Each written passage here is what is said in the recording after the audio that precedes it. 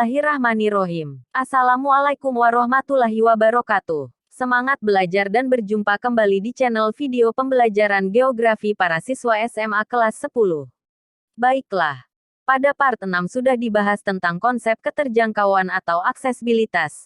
Nah, sekarang pada part 7 ini akan dijelaskan materi konsep morfologi.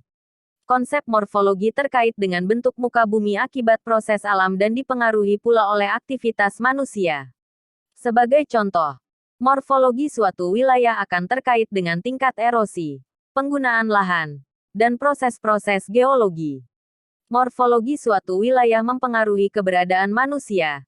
Contohnya adalah penggunaan lahan.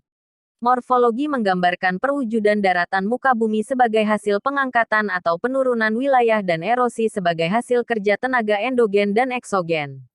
Morfologi daratan berbentuk kepulauan, pulau, dataran tinggi, dataran pantai, lembah-lembah, dan dataran aluvial.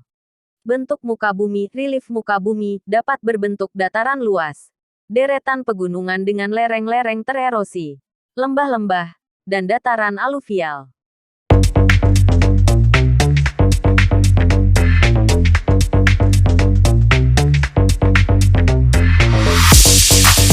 Kajian morfologi berkaitan dengan bentuk lahan atau landform, proses-proses yang mengiringi erosi, sedimentasi, dan deposisi, serta faktor-faktor yang mempengaruhinya, seperti kondisi geologi, tebal tanah, iklim, ketersediaan air, penggunaan lahan, serta jenis vegetasi yang dominan. Bentuk daratan dengan kemiringan tidak lebih dari 5 derajat merupakan perwujudan wilayah yang mudah digunakan sebagai daerah permukiman dan usaha pertanian serta usaha perekonomian lainnya. Apabila diperhatikan peta persebaran penduduk di Asia, ternyata penduduk yang padat terpusat di lembah-lembah sungai besar dan tanah datar yang subur. Sebaliknya, wilayah pegunungan dengan lereng terjal yang memiliki keterjangkauan sangat terbatas, lazimnya merupakan wilayah yang jarang penduduknya, bahkan tidak didiami manusia. Hasil proses alam membentuk bentuk permukaan bumi yang berbeda. Bentuk muka bumi sangat mempengaruhi aktivitas manusia dalam kehidupan sehari-hari, seperti misalnya, akibat proses alam daerah pantai, maka pola pemukiman akan sejajar dengan pantai dan aktivitasnya berkaitan dengan laut tambak dan nelayan. Bentuk aktivitas pertanian yang ada di lereng pegunungan yang berbukit-bukit dengan sifat tanahnya dan kondisi air dalam, maka aktivitas pertaniannya berupa tegalan dan perkebunan.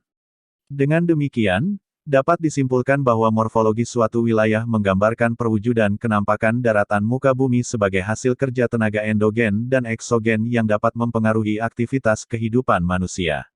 Demikian kajian tentang konsep morfologi. Insya Allah kita berjumpa lagi di channel yang sama pada video selanjutnya. Part 8 akan dibahas materi tentang konsep aglomerasi. Selamat belajar, dan sukses semuanya. Wassalamualaikum warahmatullahi wabarakatuh.